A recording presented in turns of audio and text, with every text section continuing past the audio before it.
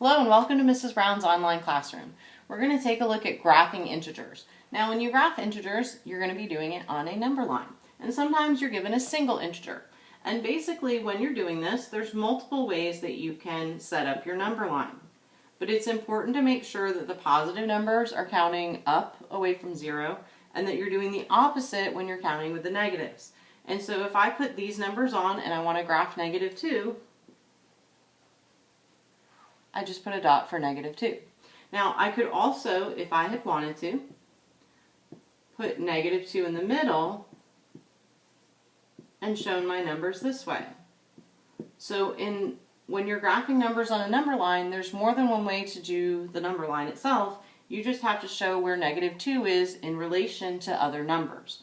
So for instance, if I take 5, I have to show that I know where the numbers are in the number line, and I just want to show where 5 is in relation to the other numbers. Okay.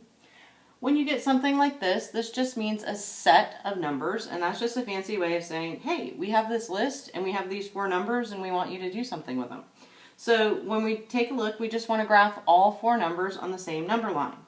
Now, since they're pretty far apart, I might not have enough space to go from -3 all the way to 4 on my number line. I can count by something other than ones. I can count by 2s. The important thing is that each interval, so each jump from each line, is the same amount. So you can count by different numbers other than 1 if that makes it easier. So for instance, if I do -4, then -3 is going to be right here.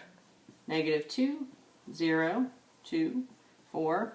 And I seem to have some extra, and that's okay. But -3 would be halfway in between. -1 would be halfway in between.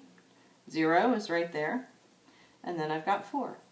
And again, I could have started with -6. I could have done it in a little bit different way. I could have counted by ones if I had enough lines.